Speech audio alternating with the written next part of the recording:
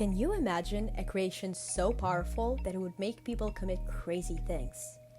Can you name something that would make one get rid of their belongings and sleep in a white room full of strangers? Something that would inspire one to injure themselves with an actual bullet?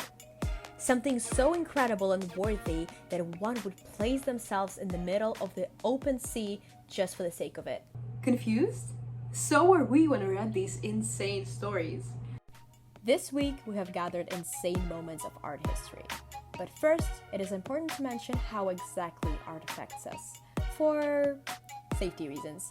You'll understand why soon enough, we promise. There's a lot that art can do for people, both good and bad.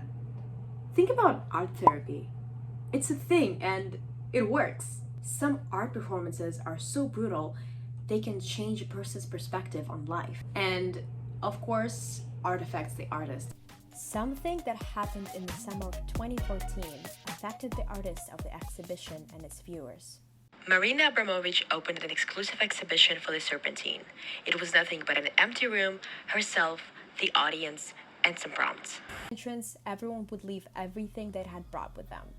As the author said herself, both literally and metaphorically. People really became the art. They were not only affected by it, they were really a full embodiment of the art.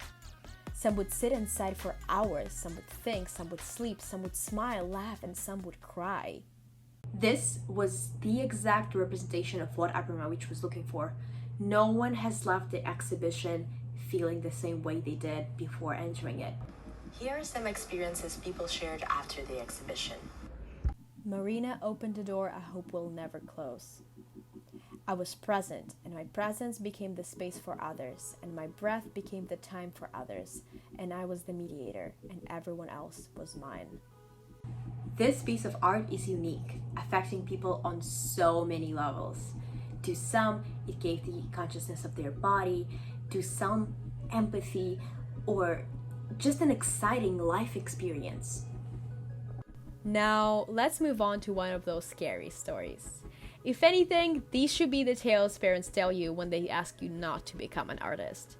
Those stories about art students living under a bridge and being poor are too outdated by now. These are the ones that would actually scare some people off. The first candidate of being a nightmare tale is another performance artist, Chris Burden, with his performance, Shoot. The Shoot performance is about Chris Burden, the author, getting shot. And no, don't worry, he didn't die. However, he did commit this for the sake of art and for the sake of understanding the feeling. Scary stuff. As he explained, this act came from a televisual motive of getting shot in America. Now, the next one in our list could totally become the new adaptation of The Life of Pi. The main character would be Bastian Otter, or as he is known now, the artist who disappeared at sea. In 1975, another artist that was also interested in video and photography, Bas van Jatter, attempted to sail across the Atlantic. But this adventure was nothing like any other ones that were made that day.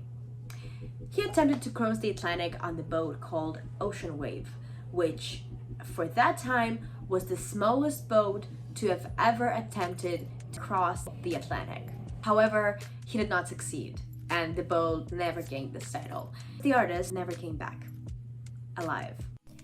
They discovered his boat 10 months later, near the southwest coast of Ireland. But why did he do that? It was a part of his work called In Search of the Miraculous.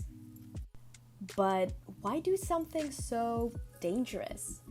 As they say about this work, it encapsulates all of his artistic queries, his interest in the absurd, in fate, and in absence. So yes, he just did it for the sake of art. Art can be very effective and incredibly powerful. Makes you do and think a lot of things. It is definitely worth appreciating and participating in. However, please don't try to cross the Atlantic Ocean on a boat.